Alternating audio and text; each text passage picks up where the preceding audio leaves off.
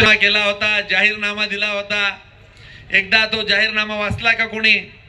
2016चा दोन्ही आघाडीचा पण आणि त्यावेळेच्या तत्कालीन मित्र आमच्या भारतीय जनता पार्टीचा नेत्याचा पण वाचला का कोणी? तो जर जाहीरनामा वाचला तर तुम्हाला देखील हसायला येईल। तो जाहीरनामा एकदा वाचा, त्यातली काय कामं झाली ती एकदा तपासा। एक माणूस म्हटला हा जाहीरनामा बरोबर आहे म्हटले दादा। ह्या जाहीरनामातली कामं तुम्ही आजही बघा, त्या जाहीरनाम्यात काय काय म्हटलं आहे।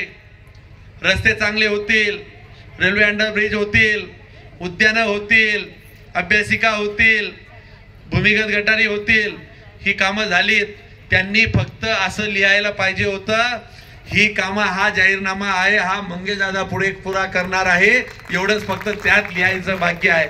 आम्ही फक्त भोले बच्चन अमिताभ बच्चन आहोत, आम्ही कामं काहीच करणार नाही, ही कामं आम्ही मंगेशदादालाच करायला सांगणार आहोत, एवढंच फक्त त्या जाहीरनाम्यामध्ये लिहायला बाकी होतं। आजही तो जाहीरनामा वाचा, त्यातली 50-60% कामं ह्या काळामध्ये आपण 30 महिन्याच्या सत्तेच्या काळात केली।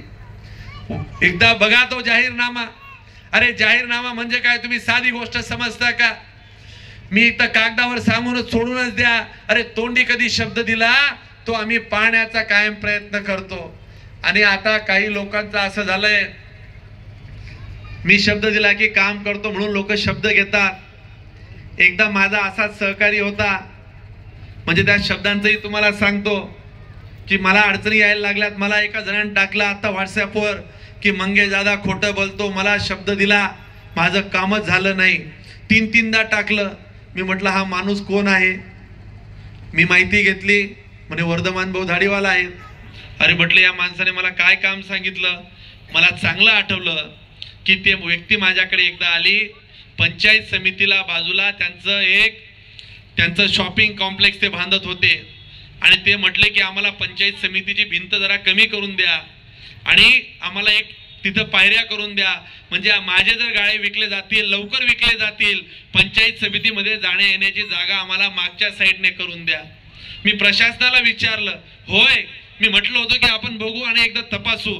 मी असं तर काही प्रशासन म्हणून नाही आहे, पण त्याची वस्तुस्थिती जेव्हा तपासली की जर आपण गाळ्यांना जर तिकडून ऍक्सेस दिल्या तर पूर्ण चोऱ्या माऱ्या होतील, तिकडचा पूर्ण ड्रेन इकडे येईल, पब्लिकचा ड्रेन इकडे येईल। त्या पंचायत समितीमध्ये चाळीसगाव तालुक्यातल्या 2.5 लाख लोकांचा डेटा असतो। उद्या काही घटना घडली, गडबड झाली, तिथली सिक्युरिटी कमी झाली तर उद्या माझ्यावर आरोप होतील की